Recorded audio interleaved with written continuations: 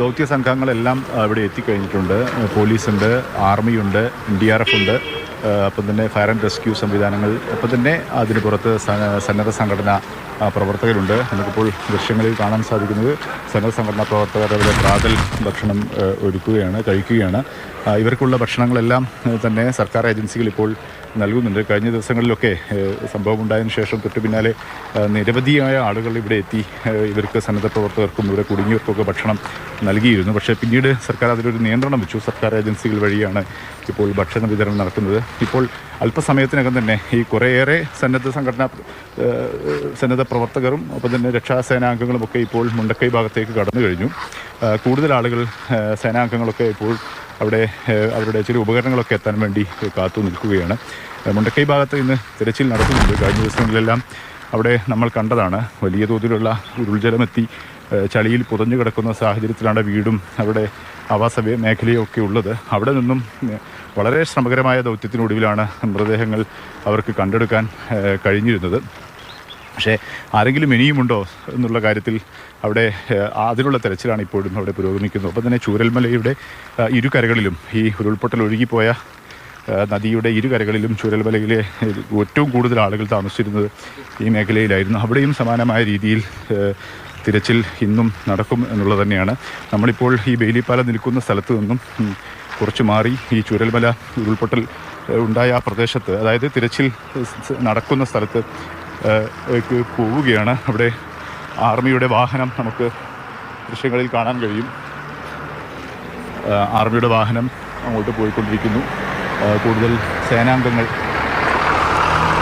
Army വാഹനത്തിലുണ്ട്. ആ രീതിയിൽ അവർക്ക് വേണ്ട ഉപകരണങ്ങളും മറ്റ് സംവിധാനങ്ങളുമൊക്കെ ആർമി വാഹനവും ഈ ചൂരൽമല പ്രദേശത്തേക്ക് ഇപ്പോൾ പോകുന്ന ആർമിയുടെ വാഹനമാണ് നമ്മൾ ദൃശ്യങ്ങളിൽ കാണുന്നത്. അങ്ങനെ ഈ നമ്മൾ നേരത്തെ പറഞ്ഞതുപോലെ ഹെലികോപ്റ്റർ ദൗത്യം ഈ സൂചിപ്പാറ വെള്ളച്ചാട്ടത്തിന് താഴെയുള്ള വളരെ അപകടകരമായ മേഖലകളിൽ ആളുകൾ കുടുങ്ങിയിട്ടുണ്ടോ, മൃതദേഹങ്ങൾ ഉണ്ടോ എന്നുള്ള ഒരു അന്വേഷണം നടക്കുന്നുണ്ട്. ഒപ്പം തന്നെ കഴിഞ്ഞ ദിവസങ്ങളിൽ നടന്നതുപോലെ മുണ്ടക്കയിലും ചൂരൽമലയിലും ഇന്നും സമാനമായ രീതിയിൽ ഉള്ള രക്ഷാദൗത്യം പുരോഗമിക്കും.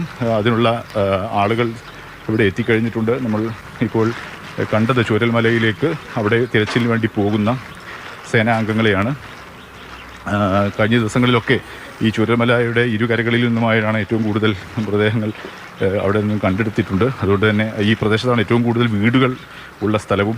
അതുകൊണ്ട് തന്നെ വീടുകൾക്കിടയിലോ മണ്ണിലടിയിലോ ആയി ആരെങ്കിലും കുടുങ്ങിയിട്ടുണ്ടോ എന്നുള്ള പരിശോധന ഇന്നും നടത്തും. നേരത്തെ സേതുരാമൻ IPS സൂചിപ്പിച്ചതുപോലെ ബന്ധുക്കൾ ഏറ്റവും പ്രധാനമായും അവർക്കിപ്പോൾ ആകെ മാനസികമായി തകർന്ന രീതിയിൽ കഴിയുന്ന ആളുകൾ, അവർക്ക് അല്പമെങ്കിലും ആശ്വാസം ലഭിക്കുന്നത് അവരെ കാണാതായ അവരെ പ്രിയപ്പെട്ട ആളുകളുടെ മൃതദേഹമെങ്കിലും അവർക്ക് കാണുവാനോ അല്ലെങ്കിൽ അത് കണ്ടെടുത്തു എന്ന വിവരമോ അവർക്ക് ലഭിക്കുമ്പോഴാണ് അല്പമെങ്കിലും അവർക്ക് ആശ്വാസം നൽകാൻ നമുക്ക് കഴിയുക. ഇനി ആകെ അതൊക്കെ മാത്രമേ അവർക്ക് തിരിച്ച് നമുക്ക് നൽകാൻ കഴിയുകയുള്ളൂ. അപ്പം അതുകൊണ്ട് തന്നെ ആ ദൗത്യം അത് തുടരാൻ തന്നെയാണ് ഇപ്പോൾ സർക്കാരും ഈ വിവിധ ഏജൻസികളും തിരച്ചിലിനായി ഇപ്പോൾ സ്ഥലത്തുള്ള ആർമി ഉൾപ്പെടെയുള്ള ഏജൻസികളുമൊക്കെ തീരുമാനിച്ചിട്ടുള്ളത്.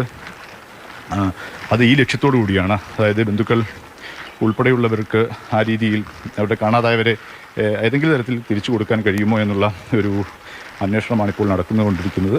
അത് ഇന്നും 8ാം ദിവസവും ഇന്ന് ഹെലികോപ്റ്റർ ദൗത്യത്തിന് പുറമെ കഴിഞ്ഞ ദിവസങ്ങളിലൊക്കെ നടന്നതുപോലെയുള്ള തിരച്ചിൽ ഇന്നും ശക്തമായി തന്നെ പുരോഗമിക്കുമെന്നാണ് നമുക്ക് മനസ്സിലാക്കുന്നത്.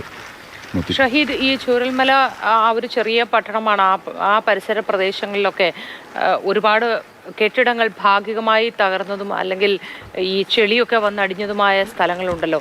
അവിടെയൊക്കെ ശുചീകരണ പ്രവർത്തനങ്ങൾ ആരംഭിച്ചിട്ടുണ്ടോ ഇതിനോടകം?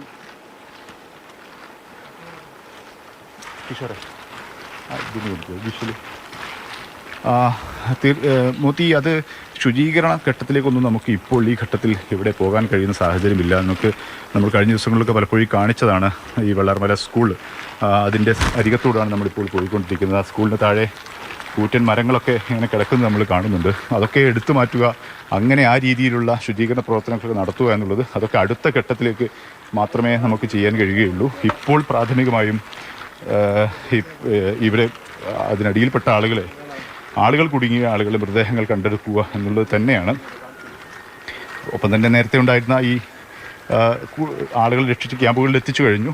നിലവിൽ അങ്ങനെ ആളുകൾ എവിടെയും കുടുങ്ങിക്കിടക്കുന്നില്ല എന്നുള്ളത് തന്നെയാണ് ഇപ്പോൾ സർക്കാരും സേനാംഗങ്ങളും ഏജൻസികളും ഒക്കെ പറയുന്നത്. നമുക്കും അത് തന്നെയാണ് മനസ്സിലാവുന്നത്. പക്ഷേ ഈ മരിച്ച ആളുകളുടെ മൃതദേഹങ്ങൾ ഇനിയും കണ്ടെത്താനുണ്ട്. മിസ്സിംഗ് ആയ ആളുകൾ, നിരവധിയായ ആളുകളുണ്ട്. ഇപ്പോൾ നമുക്ക് ദൃശ്യങ്ങളിൽ കാണാം കടാവർ ഡോഗുകളുമായി. ഇത് ഏതാണ് സേനാംഗ? 122 TA ബറ്റാലിയൻ്റെ സ്നൈപ്പർ ഡോഗും Madras regiment 122 TA battalion sniper ഡോഗുമായിട്ട് നമ്മൾ തുടങ്ങാണ്, സ്റ്റാർട്ട് ചെയ്യാണ് ഈ ചൂരൽമല പ്രദേശത്ത്. ചൂരൽമല പ്രദേശത്ത് കഴിഞ്ഞ ദിവസങ്ങളിൽ ഇവിടെ വന്നിരുന്നോ നിങ്ങൾ? ഈ പ്രദേശത്ത് വന്നിട്ടുണ്ടായിരുന്നു. ഫസ്റ്റിൽ നമ്മൾ വന്നതാണ്. ഇപ്പോൾ നമ്മൾ സ്നൈപ്പർ ഡോഗിൻ്റെ ലാസ്റ്റ് ഘട്ടത്തിലേക്ക് പോയിക്കൊണ്ടിരിക്കുകയാണ്. ഇതിൻ്റെ ഈ ഭാഗത്ത് മണ്ണിനടിയിലുള്ളവരെ കണ്ടെത്താൻ കഴിയും ഈ ഡോഗിന്. അതാണ് ഇപ്പം ഞങ്ങൾ നോക്കുകയാണ് അത്. ഇപ്പം നമ്മൾ ഇറ്റാച്ചിൻ്റെ ഓപ്പറേറ്റർ വന്നു കഴിഞ്ഞാൽ ഉടനെ തന്നെ നമ്മൾ തിരിച്ചറിഞ്ഞു കഴിഞ്ഞാൽ പിന്നെ എന്തായിരിക്കും നമ്മൾ ചെയ്യുക? നമ്മൾ JCB ഇറ്റാച്ചി വെച്ചിട്ട് നമ്മൾ പുറത്തെടുക്കാൻ ശ്രമിക്കും. ബോഡി സൂചന തരും. തരും. അതിനപ്പം കൊണ്ടുവന്ന് ഈ ഭാഗത്ത് നോക്കി, ഈ ഭാഗത്ത്